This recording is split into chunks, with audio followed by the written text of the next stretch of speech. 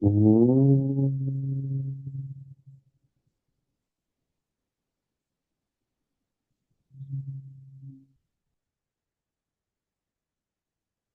Om.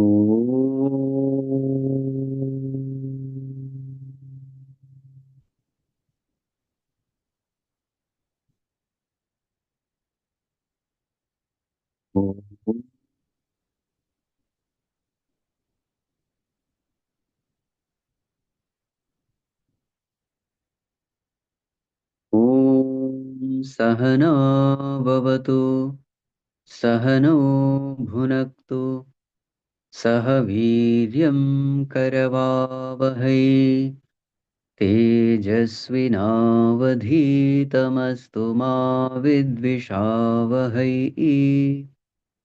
Om Shanti Shanti Shanti. ॐ भद्रं कर्णेभिः शृणुयाम देवाः भद्रं पश्येमाक्षभिर्यजत्राः स्थिरैरङ्गैस्तुष्टुवागंसस्तनूभिः व्यशेम देवहितं यदायुः स्वस्ति न इन्द्रो वृद्धश्रवाः स्वस्ति नः पूषा विश्ववेदाः स्वस्ति नस्तार्क्ष्यो अरिष्टनेमिः स्वस्ति नो बृहस्पतिर्दधातु ॐ शान्ति शान्ति शान्तिः.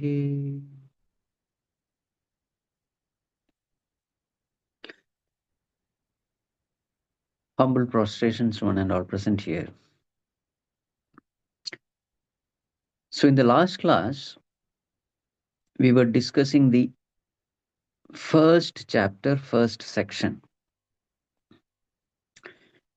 So it is said there, this knowledge, Brahma Vidya, which is Sarva Vidya Pratistham, the very support of all knowledge, it first came from Lord Brahma, who was the best among all gods. And he then gave it to his son, Atharva. Atharva then gave it to Angi. Angi then gave it to Satyavaha. Satyavaha then gave it to Angiras. So the whole point is this Guru Shishya Parampara is a very noble tradition. Great people have been following this knowledge. So therefore this knowledge also is great. So after that, then the third verse says there was a great, what you call, householder, Mahashala, very prosperous, very well known. So what did he do? What was his name? Shaunaka. So Shaunaka Mahashala. He then approached the teacher Angirasam. Vidhivat Upasanna Prapacha. Properly approaching the teacher, he asked this question. Shaunaka. What did he ask? Kasminnu bhagavo vijñāte sarvamidam vijñātam bhavati. What is that one thing knowing which everything becomes known?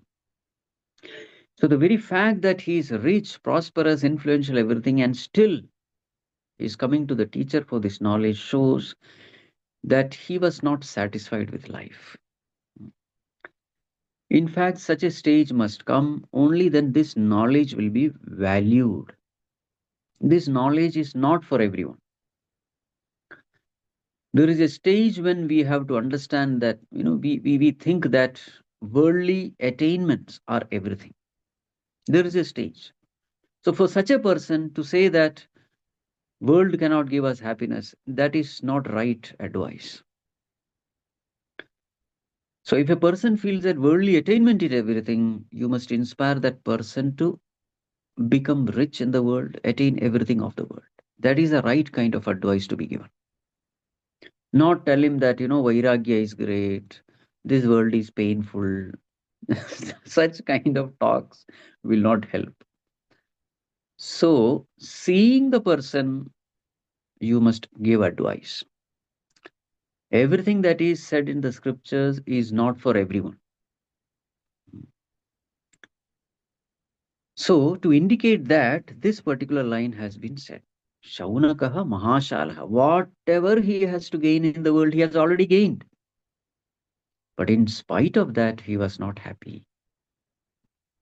So, after that, telling him that, you must work hard, earn, etc., meaningless. He has already done that, he has already achieved. Hard work is never a problem for him. Throughout his life, he has been working hard. Name, fame, everything is gained. He has tasted everything which the world can offer. And after that, he has come to this conclusion that this world cannot give me happiness. Now, after that, he needs something higher. So that is why he approaches this teacher, Angirasam.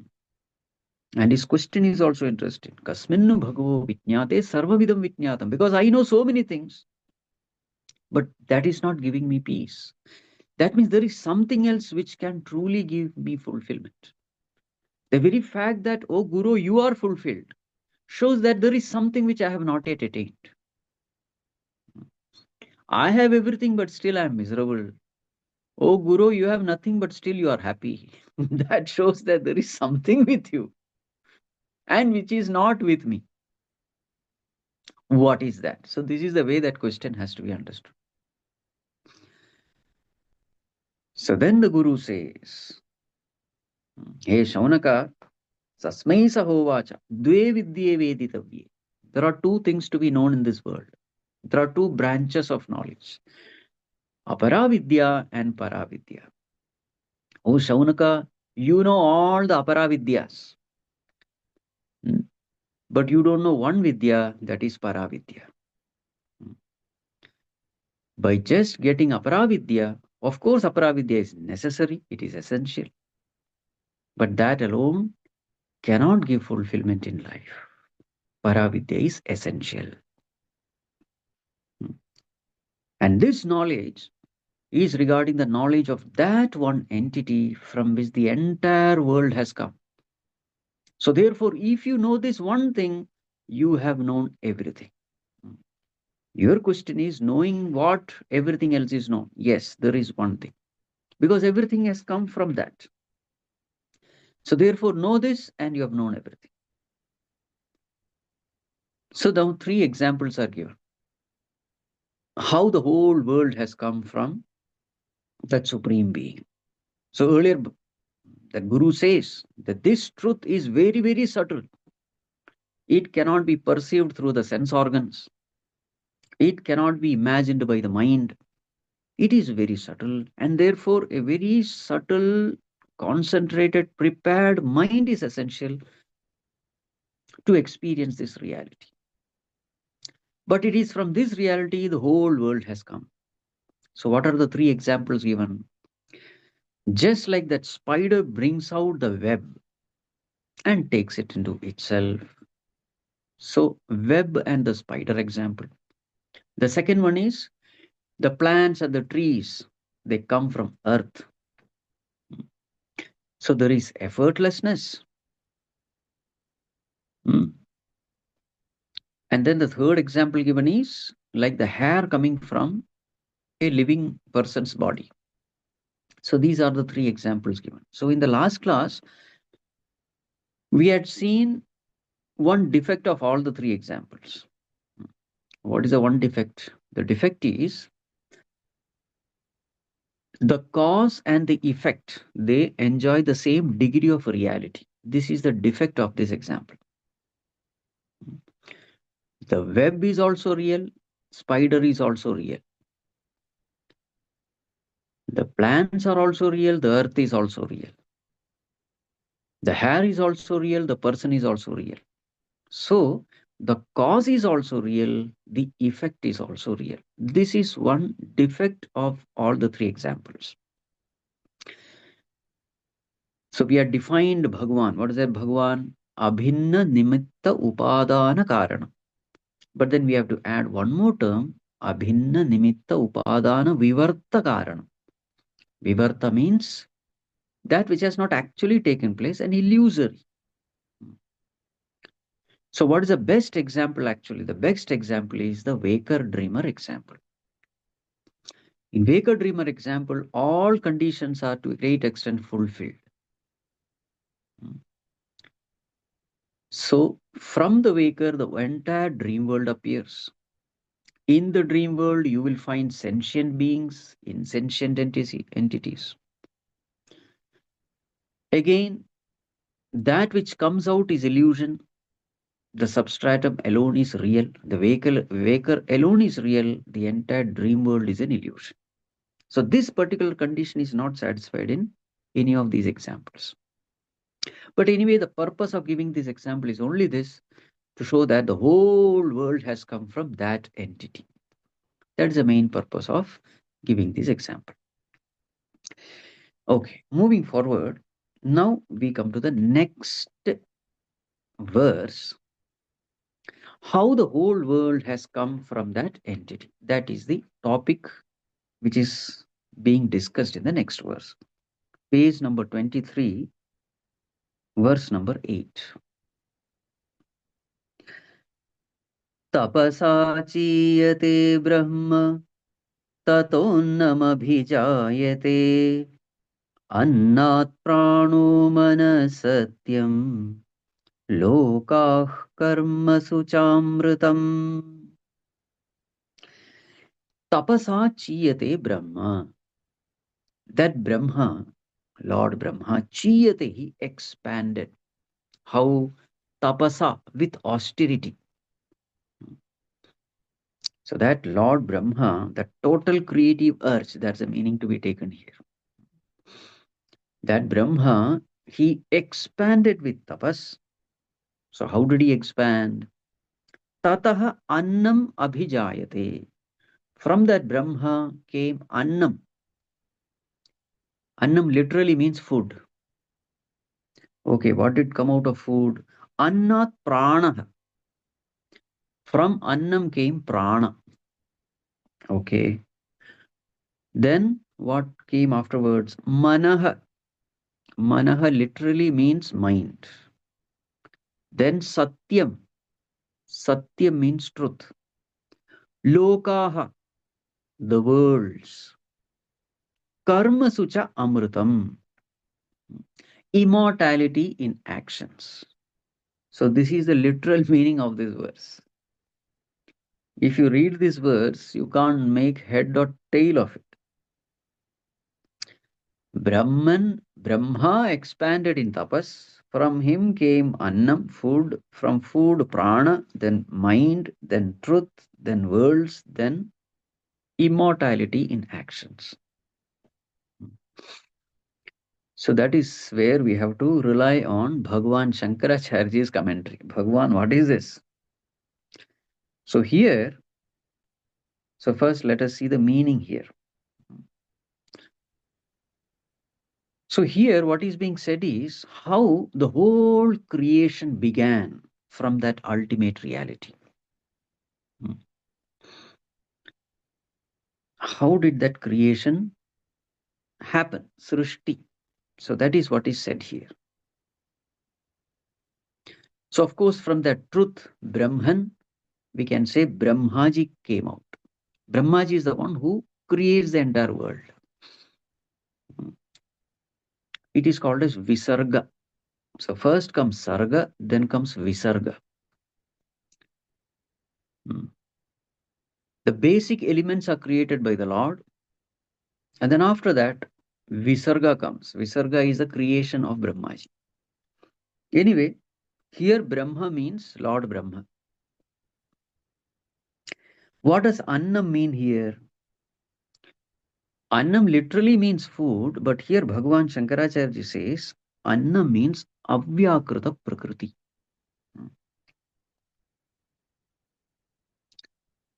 Avyakrita Prakriti or Avyakta Prakriti, both are one and the same. Unmanifest. So, this we have to understand. The whole creation, Srishti Sthiti Laya, it's a cyclic process. The whole world comes, Srishti, it remains for some time, Sthiti, and then comes Laya, it dissolves. And this goes on. After dissolution, again, when the right time comes, Srishti comes. Hmm. So that in that Pralayavastha, that state of the world in its unmanifest form, it is called as Avyakta Prakriti. So here Annam means Avyakta Prakriti. Why is it called Annam? Annam means food. Why is it called food here? You see, food is that which is the source of existence, the cause of existence for everything, isn't it? Why do we exist? We exist because we eat food. So, in the same way, the whole creation which is going to manifest mm, is actually going to come from this Avyakta Prakriti.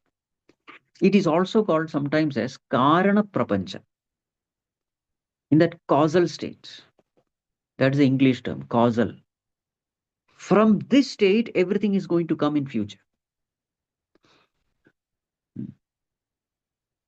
Because this is the cause, it is called as Annam here. So, the first one is Annam, which is just ready to manifest. That is called as Annam here.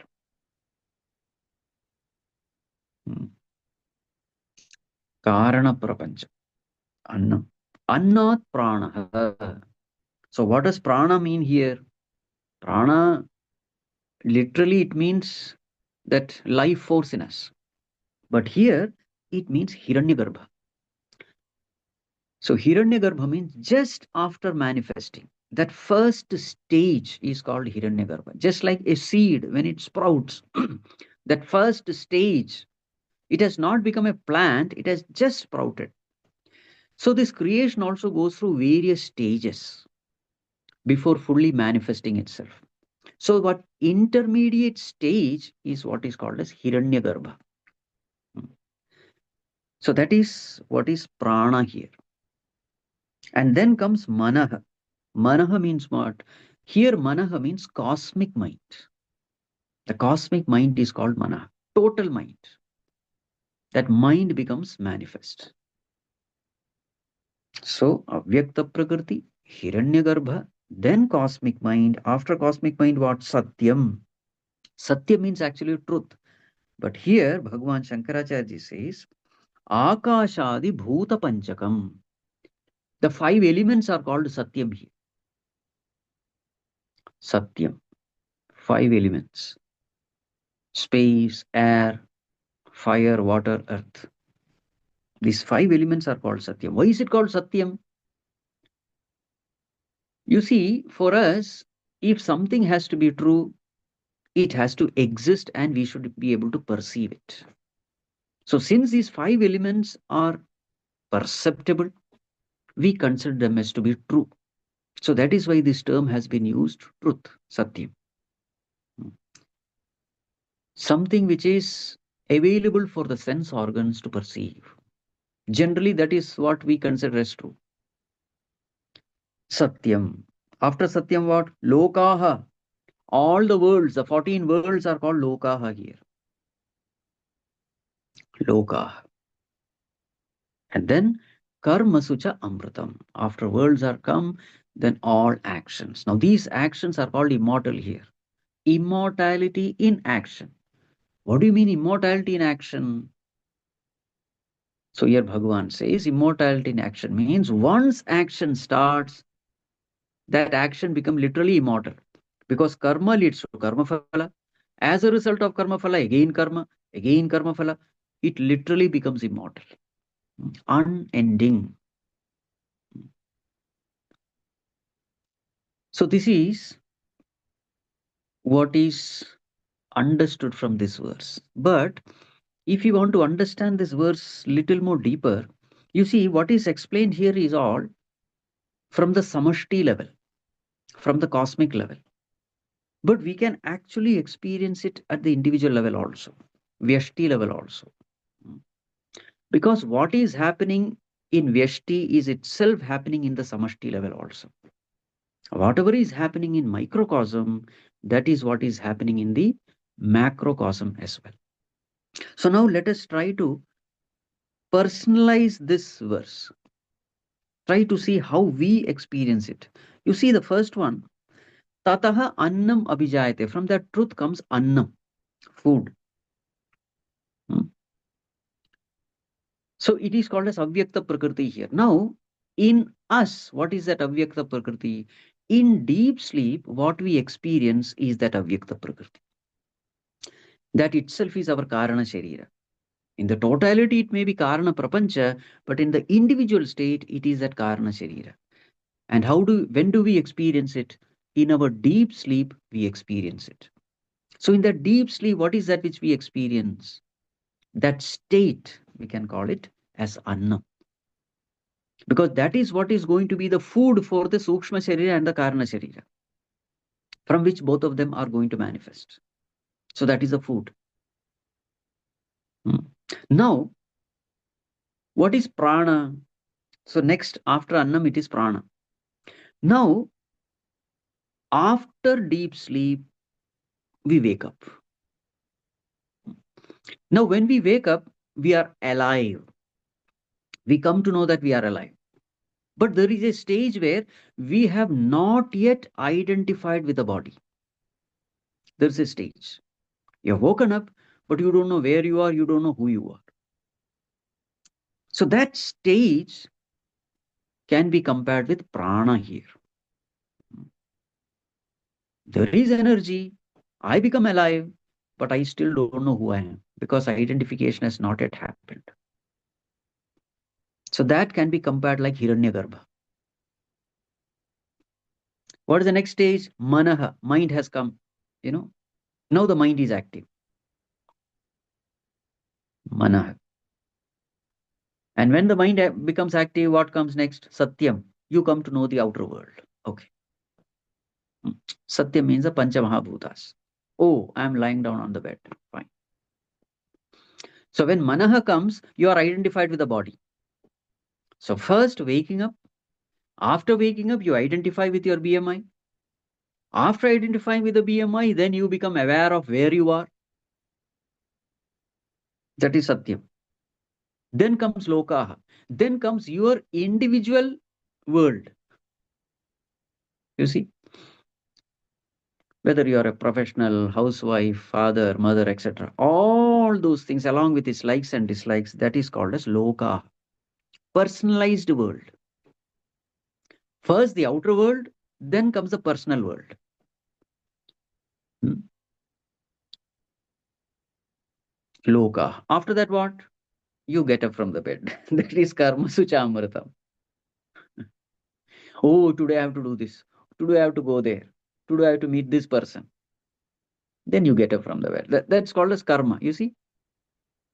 So if you just observe yourself, you can learn so many things about the cosmos because whatever is happening in me, that itself is happening in the whole world at the samashti level. The essence in me itself is the essence of the cosmos. So if I have to meet God, where should I meet him? Not in the outer world. I have to meet him right in me. The moment I know myself properly, I have known the secret of this cosmos. So every time, whenever we come across Upanishads, this is how we have to analyze things. Try to make it a personal experience. Now, this verse makes a lot of sense. The whole creation comes. So in deep sleep, it is consciousness alone. In that consciousness is this avyakta prakriti existing. Consciousness gives existence to that avyakta prakriti. And how does that creation srishti happen? Just like we get up from our sleep. That is how the srishti happens. The reverse is also true. When we go to deep sleep, one by one, everything stops. See, karma stops first. Then our mind slowly, you know, what you call, closes down. And finally, we enter into that karna sharira. So Srishti Sthiti Laya. So here the term tapas is important. Tapasa jiyate brahma. So see the next verse, page number 26, verse number 9. Yes sarvajna sarvavid yasya jnanamayam tapah tasmadetat brahma nama rupamannam cha jayate. Yes sarvajna sarvavid. Sarvajna, Sarvavit, actually, both the terms mean the same thing. The one who knows everything. So here Bhagavan Shankaracharya says Sarvajna means knower of all in general. And Sarvavita means knower of all in particular. There are two types of knowledge. One is horizontal knowledge and then there's a vertical knowledge. Knowing everything in general is called Sarvajna. So Bhagavan is Sarvajna because he knows everything in general. And Sarvavit, in particular, specifically, this particular jiva has done this karma. That is called a sarvavit. Hmm. Yes, sarvajna sarvavit. Bhagavan is like that. That truth is like that. That pure consciousness is like that. And what is his tapas? Yasya jnanamayam tapaha. That austerity is austerity in the form of knowledge. Tasmat, from that Lord, from that truth, etad Brahma, this Brahmaji also has come. Nama Rupam Annam cha Jayate, and everything else, all the names and forms, and even this Avyakta Prakriti, everything has come from that truth alone. And for him, the austerity is the austerity of knowledge. Now, this is a very important verse. So, in this world, what do we find? In the whole world, what we find is Jnanamayam Tapas, austerity in the form of knowledge. That is what we find in the whole world. And why this tapas is being taken is done? All beings are doing this tapas in order to reach this ultimate truth, who is Sarvajna Sarvavit. This is what is happening. That Supreme Lord, everybody is doing tapas, austerity, consciously or unconsciously, knowingly or unknowingly. Jnanamayam tapas is happening. You may say, I am suffering, Swamiji. That suffering is called Jnanamayam tapas, according to this Upanishad.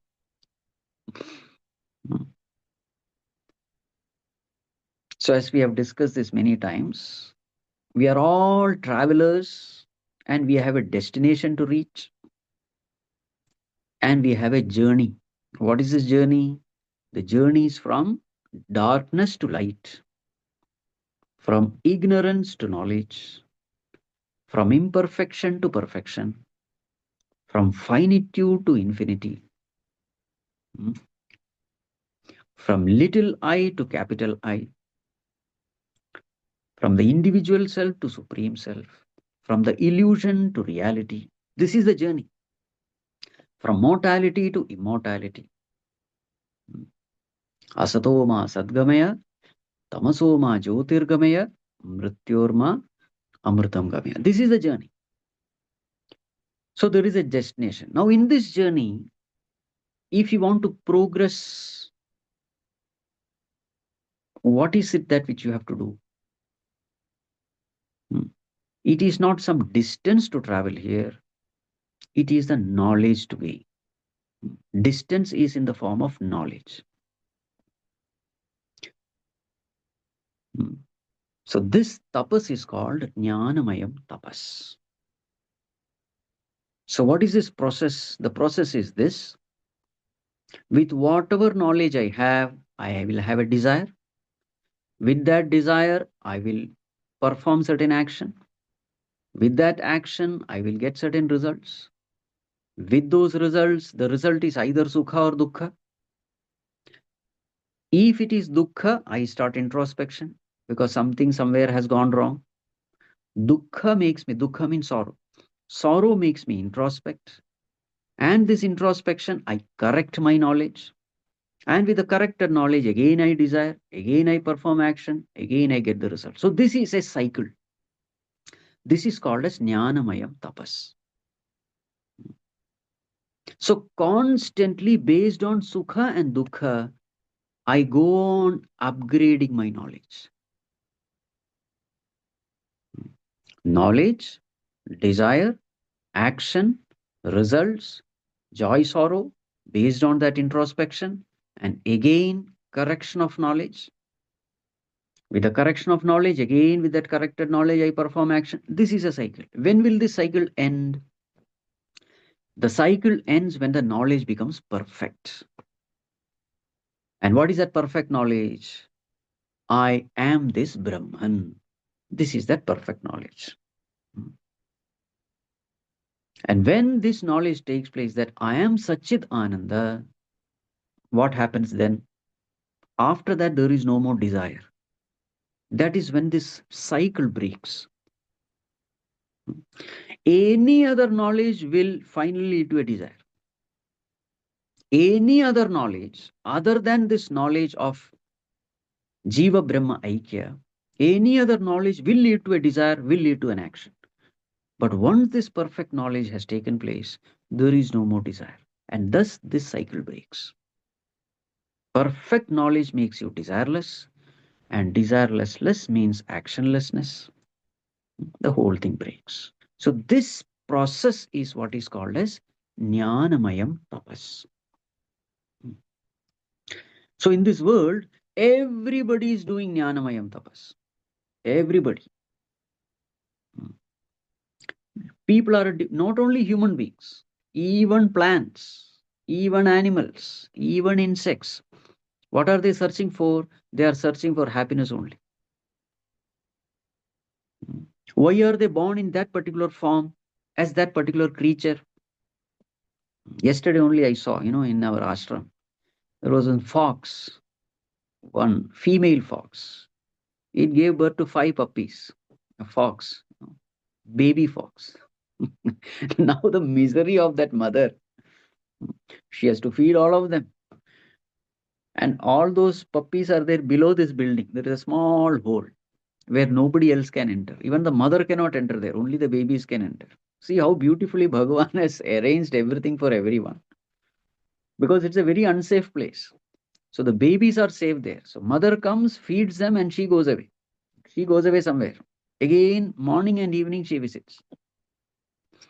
And then it is her responsibility to catch all squirrels and this and that and feed these babies.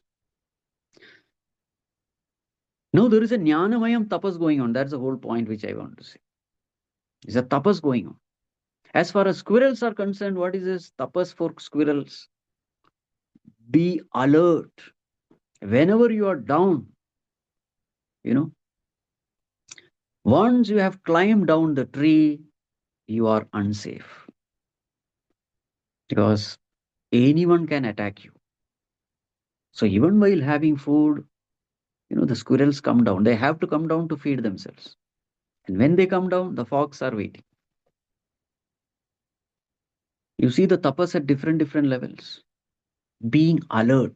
That is called as Jnanamayam tapas. You have to feed yourself. Free food you are not going to get. The price you have to give for food is you have to be alert. The moment the fox comes, it has to climb the tree and then it is safe. In the same way, the fox also is not safe. It is constantly worried because they are all babies. Nearby dogs are there. If they come, finished. Everything is over. The amount of worry, tension, anxiety, and you have to feed these people also. So what I'm trying to say is tapas is happening at different levels. And higher you evolve, the greater tapas you are supposed to do. The more and more responsibility. In the society also we find that. When you are in a higher post, the responsibilities are bigger. One mistake can affect the entire, you know. So these are all tapas. So in the initial stages, we think that happiness is coming from the outer world. Then our actions are directed towards creating a conducive environment in the outer world to gain happiness. That is the initial stage. But slowly, slowly, as the tapas evolves into higher stages, you come to know that this happiness has to come from within. And therefore, there is more and more of disciplining the senses, disciplining the mind. So, as you evolve, your tapas also is redefined.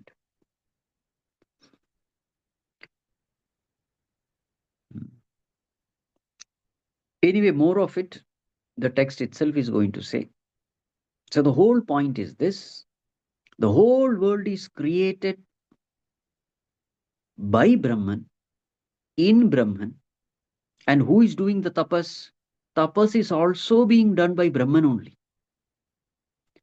Ignorant Paramatma is Jivatma. So who is evolving to become Paramatma? Ignorant Paramatma, who is called as Jivatma, is doing this Jnana tapas, and finally he comes to know himself as Paramatma. This is the whole creation. So the world is also from God. All the resources also belong to God. And who is doing tapas? God himself is doing tapas. And what is the destination? God himself is the destination. Everything is Brahmamayam. This is what we have to understand. So with this understanding, we enter into the next section. So remember, the whole discussion is about Jnana Tapas. So where should we begin? So the beginning stage is the stage of Karma. So Jnana Tapas directly we cannot do. First we have to do Karma Tapas. So this is the topic of the second section. Now here, some things are going to be described which may not be very relevant in the modern times.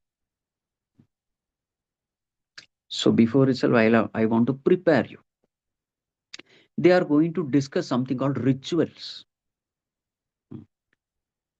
So once upon a time, the whole society was based on rituals.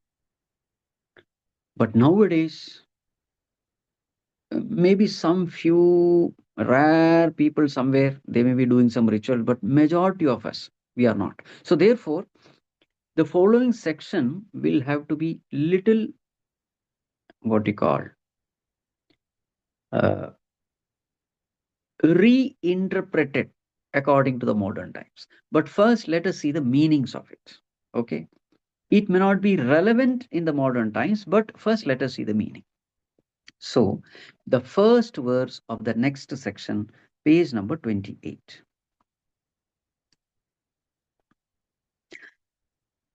Tadetat satyam mantreshu karmani kavayo yanyapashyan tani tretayam bahudha santatani तान्याचरथ नियतं सत्यकामाः एष वः पन्था सुकृतस्य लोके tat etat satyam. This is indeed true. What is true? Kavayah mantreshu yani karmani apashyan.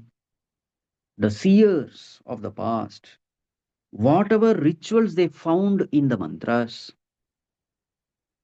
tani tretayam bahudha santatani. These rituals were very much practiced Tretayam in the Treta Yuga, or Tretayam can also mean in the three Vedas, Rig Veda, Yajurveda, Samaveda. So these rituals were very much practiced. Hey Satyakamaha, the ones who want to see their desires fulfilled, Satyakamaha, the one The ones who want to see their desires fulfilled, O Satyakamaha, Tani Niyatam Acharatha, practice them diligently, sincerely. Eshavav Pantha Sukritasya Loke. This is the path to the world of Sukrita, Punyatmas, the meritorious ones. This is the literal meaning. So, what all rituals are in the Vedas, do it diligently. This is the way to fulfill your desires. This is in essence. So, in the modern times, what you have to take? The point is, do your duties and responsibilities well. Don't be a lazy person. This is all we have to take. Don't be a lazy person. So, you will find that in this section, there are two parts. In the first part, it is all glory about action. Work hard, fulfill your desire, and be happy. This is the essence of the first section, first part of this section. The next part is whatever amount of hard work you do, still misery will be a lot. That is the second part. Okay. So we are going to discuss the first part now, where hard work is emphasized, diligent work is emphasized. So, O Satyakama, you want your desire to be fulfilled. There are rituals to be done. Do all these rituals, and thus you can fulfill any of your desire. This is the content of some few verses from now on. Okay. Now see the next verse. Verse number 2. Page number 30. Yada lelayate hyarchihi samiddhe havyavahane tadajya bhagavantarena ahuti pratipadayet. Samidhe havyavahane, in that well kindled sacred fire. Yadahi archihi lelayate, when the flames begin to sway, move. Meaning, when you're doing ritual, the fire should be well kindled. Don't be a lazy person. Mind somewhere, then the fire will die. You have to go on offering that fuel. Then only that fire will be fully kindled. So, when that fire is, the flames are swaying, tada ahutihi pratipade, then you must offer your ahuti. Ajya bhagau antarena, in the space between the two portions of fire. It is called as avapasthana. Flames are going, and in the center of those flames, you must offer. This is the way you have to offer. Shraddhayahutam, you must also offer it with faith. So actually, this is the description of Agnihotra ritual. You have to do it daily. So these people are called Agnihotri. One part of their house, there is always this fire. You're not supposed to put off this fire. It will always be there. Agnihotra has to be done. So all the time, your mind, one part of the mind is always thinking about this. Yes, is the fuel there? Is the fire kindled? Did I do everything to ensure that the fire is there? So one part of the mind is constantly thinking about this fire. And slowly later on, this constant remembrance helps them in remembering the Lord. That fire represents the Lord. So that is how it helps. So what we are talking of is Agnihotra ritual. So their entire life used to revolve around this fire ritual. And for them, it becomes very easy to remember the Lord also. That is how that practice was done in those times. So when you're offering your ahutis, ensure that these ahutis are offered when the fire is kindled. This is the essence. Now, regarding this ritual also, there are so many do's and don'ts that is mentioned in page number 31, verse number 3. Yasyagnihotramadarshama achaturmasyamanagrayanamatiti varjitam cha Ahutamavaishvadevamadhinahutam asaptamanstasya lokan hinasti. Yes, those people who are not careful about this Agnihotra, they don't follow the rules for them. Asaptamans tasya loka hinati. Their 7 generations are ruined, are doomed, who don't do it properly. Orshe, don't do it properly means what? So now some 8 things are mentioned. When you're doing Agnihotra, all these things are important. What are important? So first one is Adarsham. So there is a special ritual which has to be performed during Amavasya, new moon day. So that is called as Darsham, like Ganga, Snanam, Dakshina, etc. So Adarsha means when that particular ritual is not done during the Amavasya time, new moon time. Adarsham. Yasya Agnihotram Adarsham. Means that person doesn't do this ritual. The second one, Apaurnamasam. So there are certain rituals which have to be done during Paurnima, full moon day. That person who doesn't do that. Achaturmasyam. So there are 4 months, the rainy season, the 4 months. So during that rainy season, they are supposed to conduct satsangs, etc. They are supposed to conduct satsang or attend satsang because that's the time when you don't go out. It's all raining outside. Then what do you do at home? You are supposed to do satsang, scriptural study. Hmm. Chaturma. So Mahatmas also, they don't go here and there. In one place they stay and then conduct lot of satsang, 4 months. So that is called as Chaturmasya. Achaturmasyam, the person who doesn't do all this. Anagrayanam. What does that mean? So once that crop has come, one part of the crop, the farmers, they are supposed to donate it to some temple or some brahmanas, etc. So that was a time when brahmanas used to live on bhiksha. Brahmanas would serve the society selflessly without expecting anything in return. So such holy people, something you have to give. So that is called as agrayana. Whatever you have got, you have to give a portion of that to the society. Charity, in short, charity. So Agnihotram done without any charity. Atithi Varjitam. So in those times, vehicles were not there, mobile phones were not there, hotels were not there. So therefore, people have to walk days together to different, places. So at that time, it was a rule: whoever comes to your home, you are supposed to make arrangement for this. Generally, the outside part of that house, a small portion is there for the visitors. Every house will have that, so that people can come at any time. They can take some rest, drink some water, have some food or something, and then they can go. So Atithi. So Atithi Varjitam. So Atithi Satkaram had to be done by everyone. So that is one. Ahutam. Ahutam means when the ritual is not done at all. Ahutam. Avaishwadevam. Vaishwadeva means birds and animals. You are supposed to feed them also. This is called as Bhuta Yajna. Take care of the birds and animals.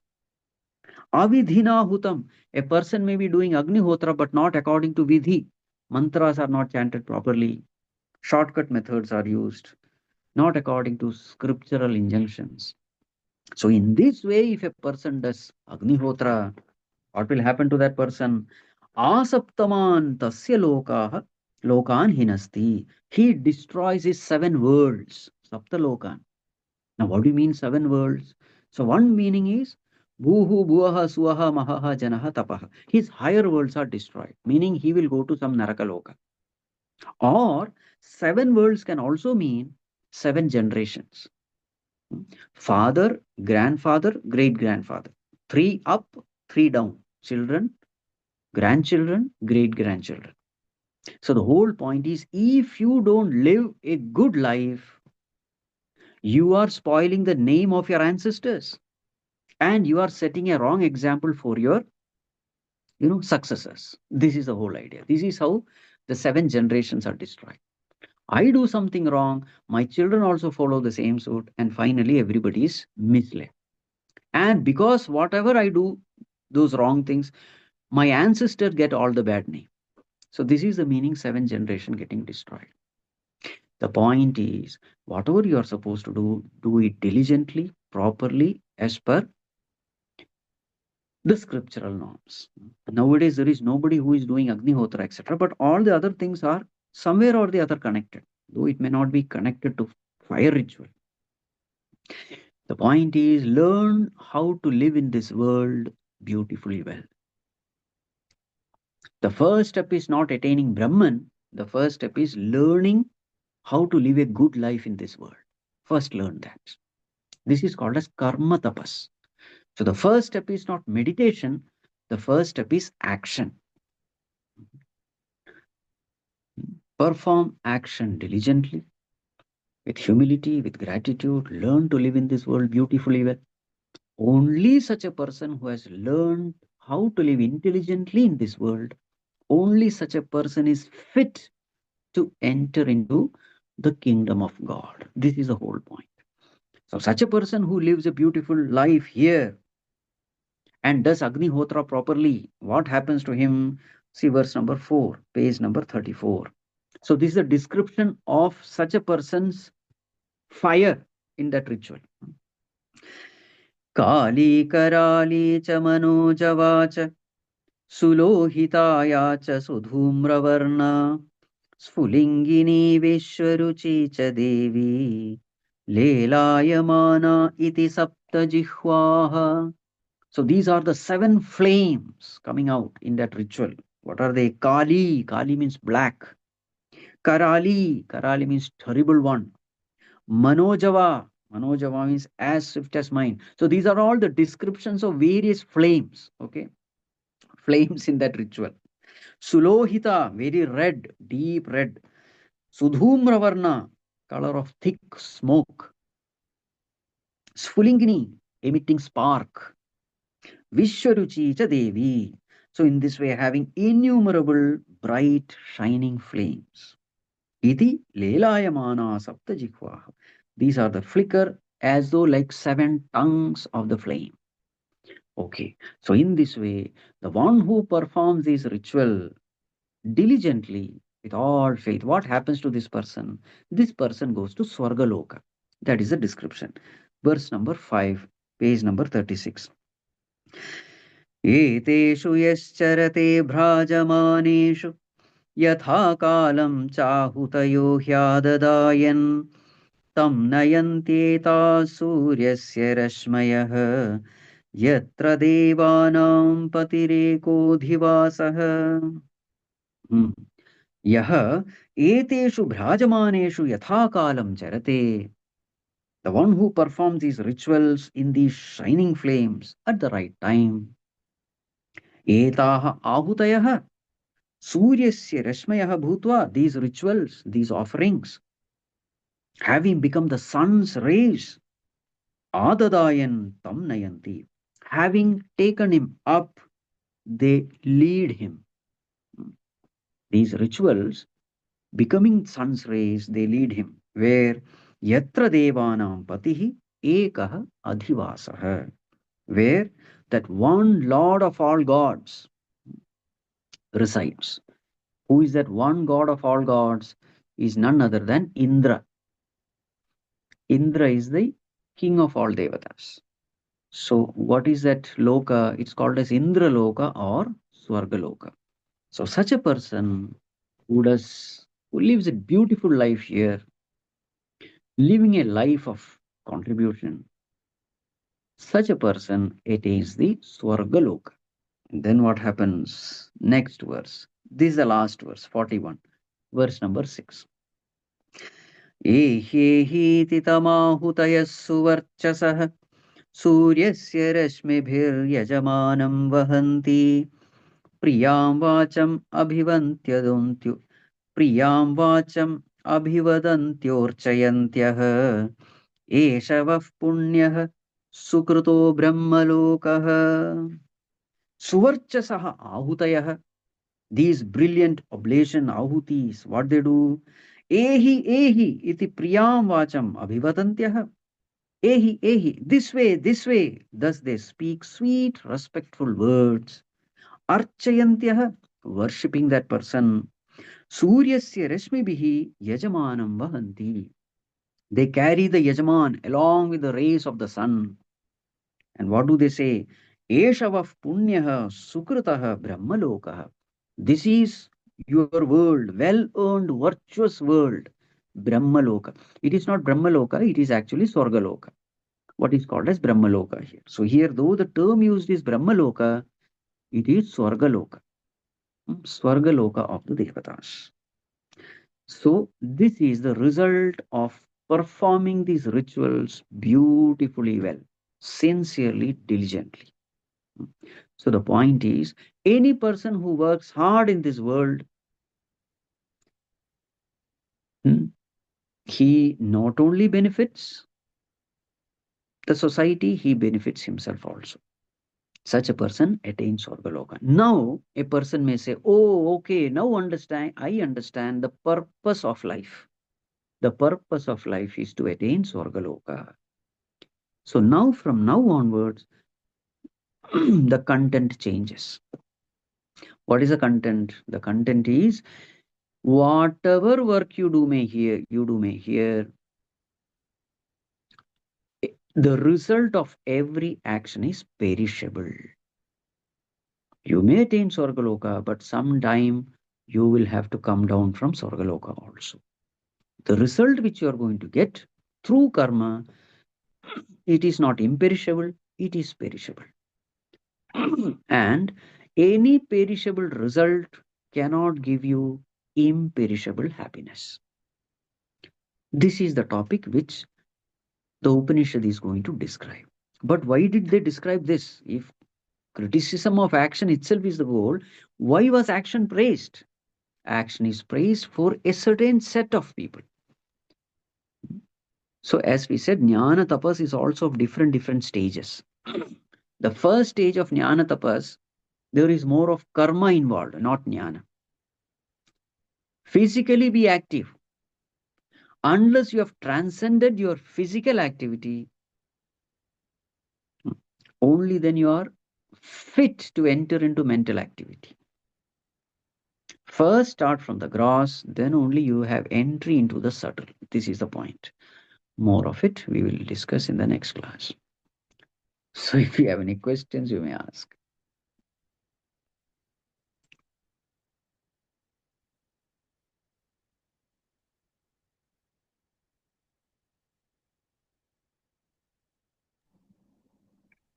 Okay, any questions? Please unmute yourself and raise your hand.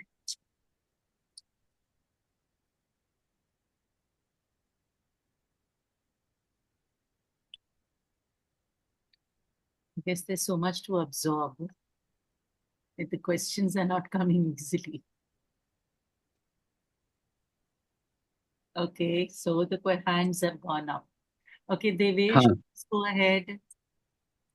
Hari Om Swamiji. My question is on desires. So, when we desire or when Bhagwan desire, what is the difference between those desires? Because reaching that desirelessness state, sometimes it feels, sometimes nothing comes to our head. We take it as a tamasic vritti. But how to turn that and attach to a higher desire, which is fruitful for us? See, state of desirelessness is impossible unless you reach the state of perfection.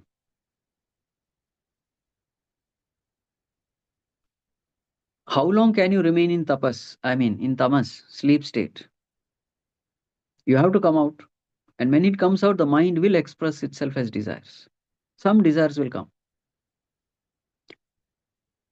So that desirelessness, true desirelessness, born out of fulfillment, can come only through knowledge.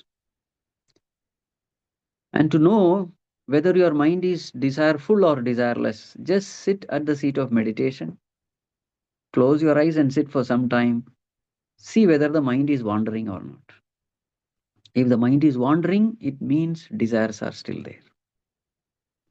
Sign of desireless mind is a quiet mind.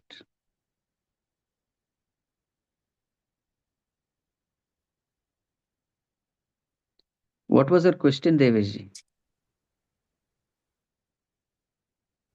The question was, I got some of it. The difference between like when we say God desires See, God or doesn't desire. Bhagwan He has no desire. desires No, no, no. and we Bhagwan desire. has So no desire. what's the difference? Which God are Yeah. you talking of? Saguna Brahman or Nirguna Brahman?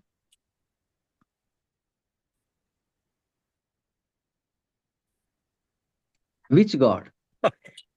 So that is, say when things happen, we say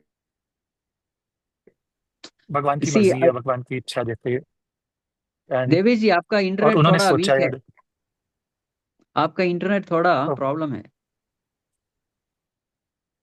I don't know whether it's getting cut. is it better? Yeah. Oh, हाँ ठीक है चलिए. yeah, the signal is a bit and so Swamiji, when we say God desires, yeah, Bhagwan desires this and then things happen. So is it us trying to explain it from our perspective? Because as you said, God doesn't have any desire. From the highest standpoint, the world itself doesn't exist. So therefore, how can Bhagwan have a desire for the beings in the world?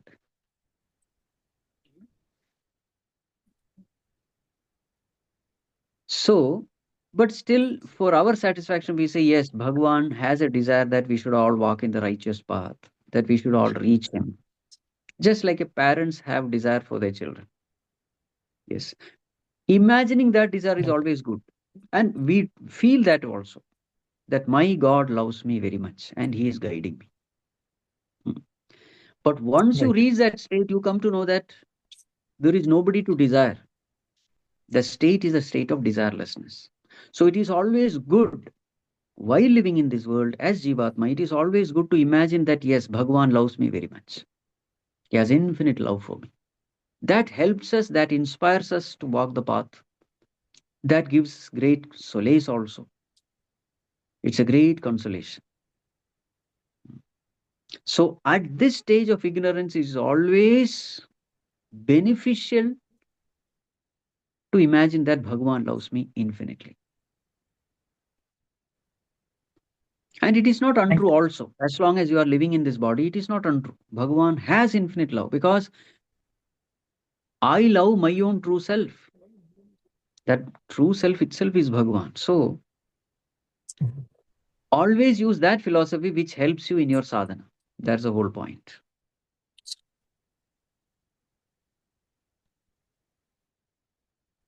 you. Thank you, Swamiji. Hari Yes. Om. Hari Om. Yes, Srija ji. Hariom Swami ji Hmm.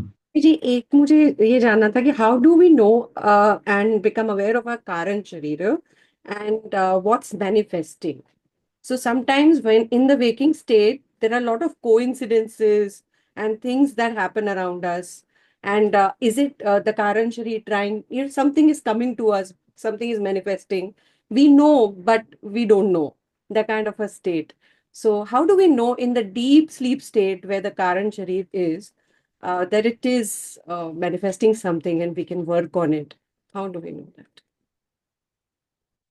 See, it is only through deep meditation you can know all this. Before something manifests in the outer world, it has already manifested in the inner world. You are already desiring it in the inner world. So deep down, find out what all things are you desiring, whether good or bad things. Whatever you desire, consciously or unconsciously, it is going to happen. So actually, the starting point is not the outer world. The starting point is the world of desires. So when you start going deeper and deeper into meditation, you come to know, oh, these desires are coming in me. Better I not entertain these desires. It is not good. So cut off all the bad desires, intensify all good desires. Then automatically all the good things starts manifesting in you. Yes. So the way is meditation. Thank you so much, Swamiji. And one more question. I was also reading Bhagavad Gita, and as you were talking about actions, it seemed like we're talking about karma yoga. Only that there we are dedicating it to God, And here it is still an attainment, a desire to attain something. So, is it my right understanding, or is there a coincidence, something is kind of together, the concepts? See, okay, Yeah. let me put everything in proper order. The first one comes akarma. Akarma means a lazy person, inactive person. That's the worst case. Okay. Or rather, let me put in a little more way. First one is such actions which are harmful to others. That is the worst action. That's the first stage. I do actions which are harmful for others and helpful for me. Selfish, harmful action. That's the worst thing.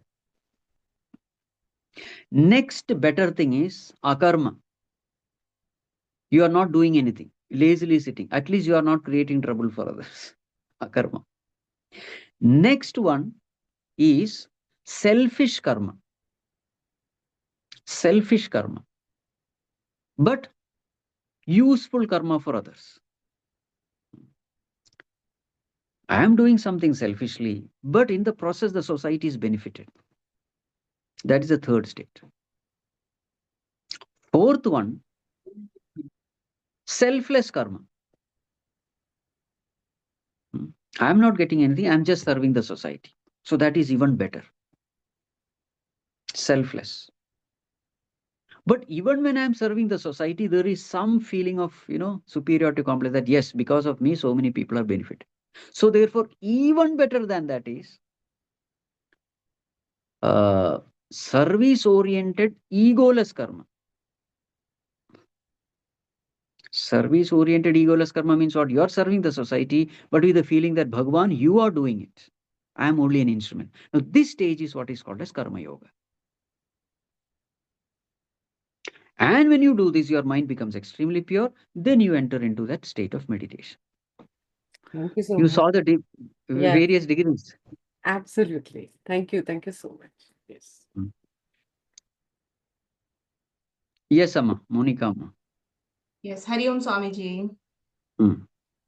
Swamiji, my simple question is that we have so many desires in life, and knowledge is there that all desires should be controlled. Only a desireless mind will be a quiet mind in meditation. But problem ही ये है, can you suggest something how to control these desires? Desires control ही नहीं होती, just a simple desire to eat. How can we Desire control? to eat, see, desire to eat is not the problem. Desire to eat only pani puri and all junk food. That is the problem. Yes, yes. Desire to eat is never a problem. It is a need of the body. So you must understand what is need.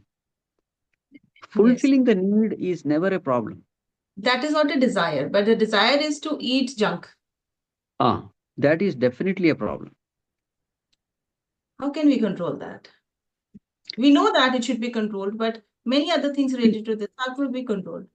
See, as long as mind feels that true happiness is in junk food, you cannot prevent that mind from indulging in it. But once the mind experiences higher joys of life, see, that mind which is not exposed to higher joys will be addicted to the lower pleasures. But once you understand the higher joys, for example, after eating junk food, you know that you can't meditate, because after eating junk food, you sat for meditation and the mind is going haywire. And the joy of meditation you missed. Next day, when that junk food comes, you said no. Because I will get the pleasure of junk food, but I will miss the joy of meditation. Now, which is important for me? The higher joy of meditation or the lower pleasure of junk food? So, if you are truly experiencing the joy of meditation, you will easily drop this lower one. Because you can't bargain. One is much higher, more fulfilling, takes you to a higher level, and the other is just a momentary pleasure which can only give problems to health also. Not only mind is disturbed, body is also disturbed. But if the mind is again and again falling into all this junk food, it is only means that mind is yet to experience that higher joy of meditation, of devotion, of sadhana. So the solution is this: First step is not dropping the junk food. First step is experience that higher joy. Make the mind feel that higher joy. Once it has tasted the higher joy, it will not compromise for these lower pleasures. This is how it has to be done. Or there's another way also. Eat junk food and suffer. Go through all health related disease. Then also the mind says, oh my God, if so much of suffering is there in this, better I will not touch this junk food. This is another way. So you can choose which way you want. But still, Swamiji, ideal situation hai ye ki meditation and getting, the joy of meditation. We keep trying every day to get into that joy of meditation, but that is a journey. And during this journey, so many times we slip. We Yeah. know that there is it is just a journey. And during this journey, we are slipping away most of the time. After sleeping, have you learned your lesson? This is the question. After sleeping, there is a moment where you regret. There is a feeling of regret. Che, I shouldn't have done that. Are Already you painfully going through that miserable state, or are you trying to escape that regret? You can escape the regret by looking out and not looking painfully in. going through that miserable state also and still slipping. That means you have not suffered enough. Okay, sorry. Mind has not. See, I tell you, if the mind has really suffered, next time when you see that junk food, what does it see? The pleasure of indulging or the pain after indulgence? If the mind is not recollecting the pain of indulgence, that means you have not gone through that pain sufficiently enough.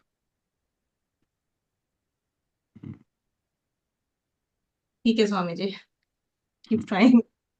Swami ji, एक question है। आज आपने जो अग्निहोत्र की बात की, हाँ तो यू सेड कांस्टेंट अग्निहोत्र, हाँ, तो वो कांस्टेंट अग्निहोत्र क्या डे नाइट में भी चलता था? नाइट में भी चलता था? that fire in the corner, it's always there. That fire is never put off. माने तो अंगारे होते हैं ना, अंगारे, हाँ हाँ, वो हमेशा रहता था। वो मैंने वो देखा है किसी के घर में, मैं जाके देखा है उन्होंने, तो अग्निहोत्र करते थे वो, तो वहां जाके देखा मैंने। It is always kept like a reminder, like Bhagwan is kept, in the puja room, you have that Bhagwan. Here it is live, and whatever you offer, it consumes also. So it is very similar to Bhagwan. See, Bhagwan is also light. Bhagwan is also energy. So भोग चढ़ाते हैं ना, ऐसे ही आप जो भी उस fire में डालते हो, it consumes. Fire consumes. So in the same way, they consider this as Bhagwan himself. So therefore, that fire is always kept alive. तो ऐसा है, yes. तो फिर मतलब रात को उठ के भी वो उसमें नहीं, फिर वो एक जाते हैं? यज्ञ कुंड होता है, वो यज्ञ कुंड होता है वो, हाँ, ये दिया नहीं है वो। ओके। तो उसमें with that, that what you call firewood and all, everything, it is there. So it is constantly burning. Thank you. Mhm. Swamiji, my question is how to experience that higher joy in meditation. Because अभी जब meditation करते हैं तो आप बोलते हैं yes, mind is very peaceful. It is in the present. But after that, I experience a sense of lethargy. So वो higher joy नहीं आके lethargy, or maybe to be in that state and not do anything. बाकी दिन का काम भी तो करना है. So if that I'm going into that state, so how do you experience the higher joy in meditation? See, anyway, these topics are going to come in this Upanishad. But see, ऐसा है, what is that knowledge which you acquire in meditation? That knowledge is God is always with me. Let me make it very simple. There is an experience of presence, a divine presence, which is always with you. So you don't have to, just like mobile phone, you don't have to all the time remain connected. You use it, you charge it, and then you use it in the world. But now and then when you connect, you are not completely in that state of discharge. So once you have got charged yourself at the seat of meditation, that charge remains throughout with you, but no doubt it will reduce as you are interacting with the world. Again in the evening you come back, again charge yourself. So morning and evening, if you can charge yourself, that should be more than sufficient, provided you do a proper meditation. At the seat of meditation also, if you are worrying, then charging is not happening properly. And every time you feel that the charge is less, again charge yourself in between, now and then, throughout the day.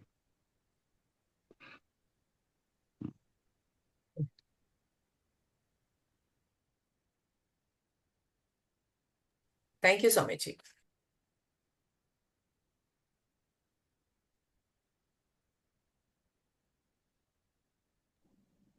Okay, anyone else?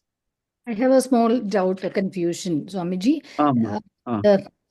Who goes through the three states? Is it kshetra, and or who experiences waking, dreaming, and the deep sleep? Is that kshetrajna?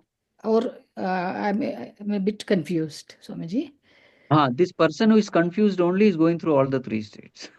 The So that is Jivatma is going through all the three. Who else? God So need that- not. See, three states are experienced by whom? They are the three states of the mind. Mind Atma. belongs to whom? Jivatma. Mind belongs to whom? Jivatma. So Jivatma goes through all the three states. So Why is should that Paramatma go through all the three states? right? So when in kshetra and kshetrajna, how do we put it? What is your definition of kshetra? Kshetra is the body, mind, intellect. And the Kshetrajna is the one which gives sentiency, that Chetana, like the fire. No. See, Kshetrajna means knower of Kshetra is called Kshetrajna. Yes. Now, in this knower, there are two types. Hmm. One is the knower who is identified with the BMI. That is the Jivatma. Another one who is not identified. He is just there as a presence. You can call it an observer. So there are two entities in Kshetrajna. The one who is identified and the one who is observing.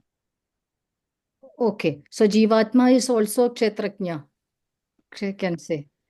Kshetra, he is also knowing the Kshetra, no? So See, I am knowing my body, mind and intellect. Yes. So, Jivatma is also a Kshetrajna, but he is identified with the Kshetra. Okay. And the moment identification happens, Jiva Bhava comes. Okay. As long as you are not identified, there is no problem. So Jivatma is Kshetrajna also, the experiencer. Yes, who else is experiencing? If there is a pain in my leg, Nya means a knower. Kshetrajna, the knower of the Kshetra. Am I not knowing my body, my mind, my intellect? So Kshetrajna is not when it comes to the body, mind, intellect, he's Jivatma, and otherwise it's Paramatma. See, the question is whether there is identification or not. Kshetrajna term has been used in the scripture to indicate both Paramatma and Jivatma. Okay. So in Bhagavad Gita, Bhagavan says, Kshetrajnam chapi mam vidhi sarva kshetreshu bharata. In all the kshetra, know me as a Kshetrajna. There when Bhagavan says, I am Kshetrajna, there is no identification there. He is just a sakshi, a witness. There is no identification. So in this body, Bhagavan stays as a sakshi, as a witness. Okay. In the same body, the very same consciousness, another part you may say, he gets identified with a BMI. That identified consciousness is what is called as Jivatma. So Jivatma, sorry. Witnessing consciousness is Paramatma, identifying consciousness is Jivatma. Just like in the movie theater, there are two types. One, he identifies with the heroes and cries and weeps. That is one part in you. In you itself, there are two yous. The one you, the crying you, identifying you. The other you, just the observer, who knows that I have come to a film theater and the whole thing is just a drama. There's no reality. There are two yous. So which you is crying? The identified you is crying. The witnessing you is just witnessing, free from joys and sorrows of the movie.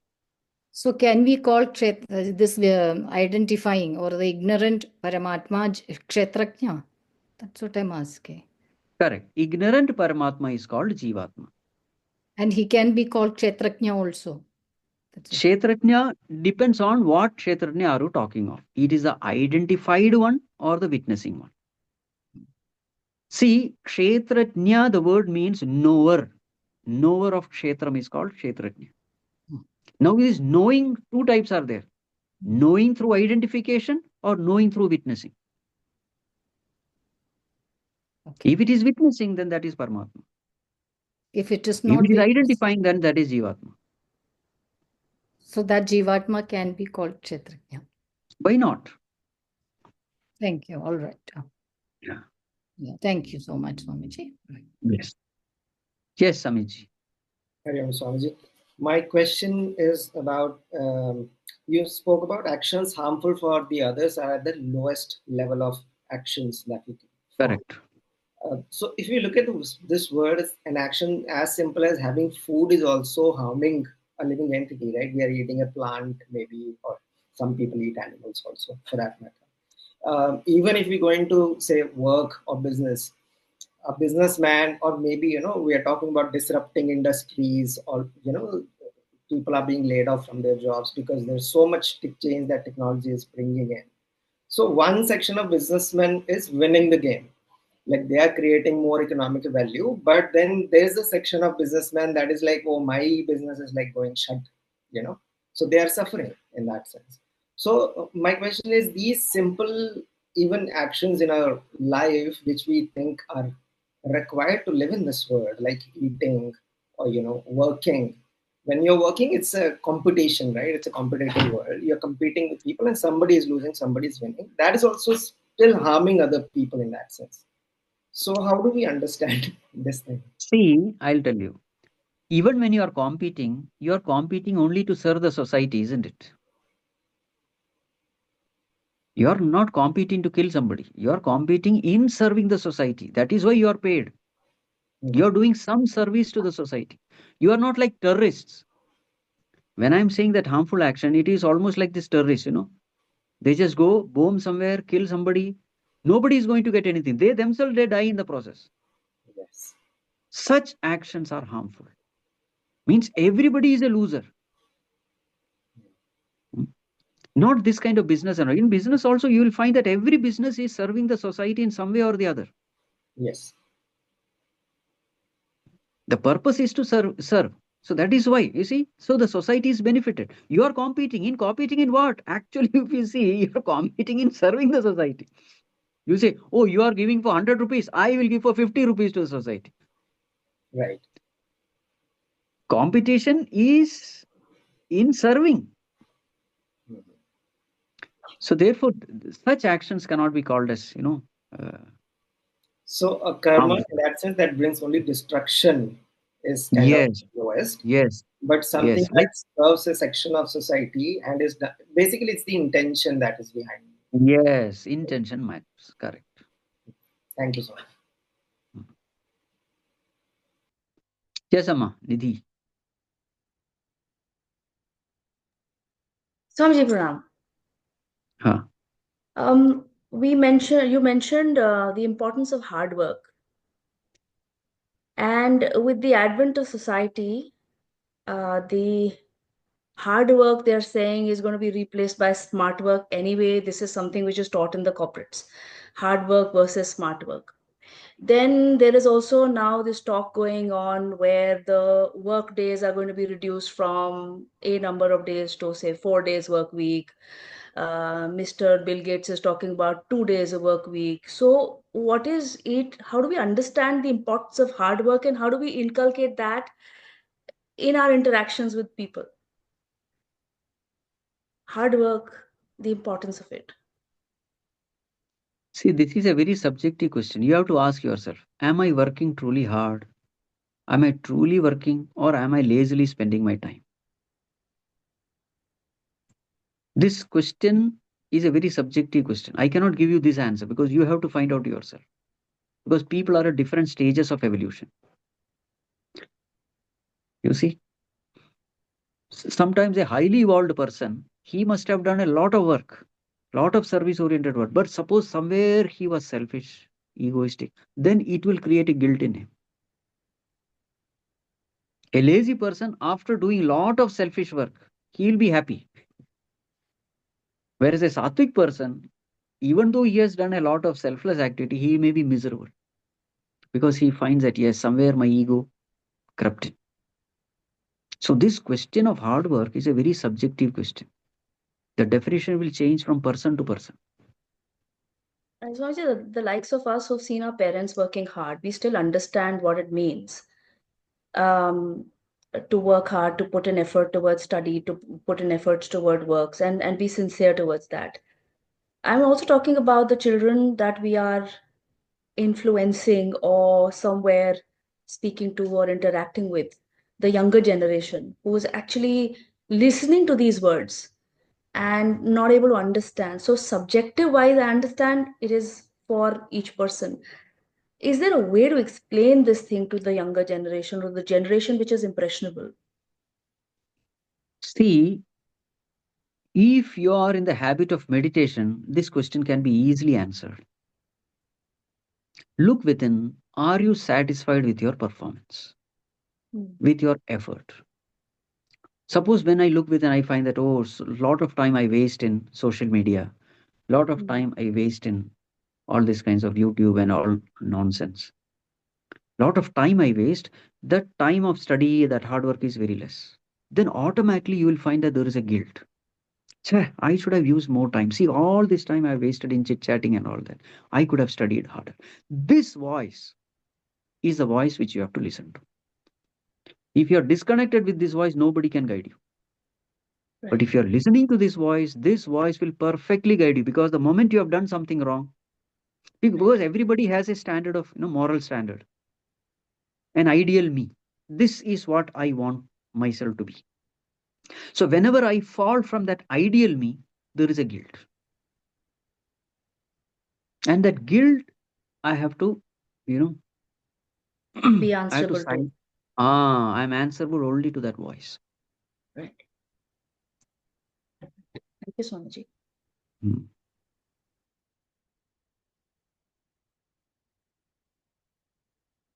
Yeah, I think we've exhausted the questioners.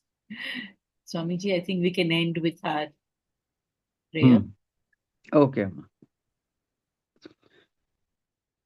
ॐ सर्वे भवन्तु सुखिनः सर्वे सन्तु निरामयाः सर्वे भद्राणि पश्यन्तु मा कश्चित् दुःखभाग् भवेत् असतो मा सद्गमय तमसो मा ज्योतिर्गमय मृत्योर्मा अमृतं गमय ॐ पूर्णमदः पूर्णमिदं पूर्णात् पूर्णमुदच्यते पूर्णस्य पूर्णमादाय पूर्णमेवावशिष्यते ॐ शान्तिः शान्तिः शान्तिः हरिः ॐ श्रीगुरुभ्यो नमः हरिः ॐ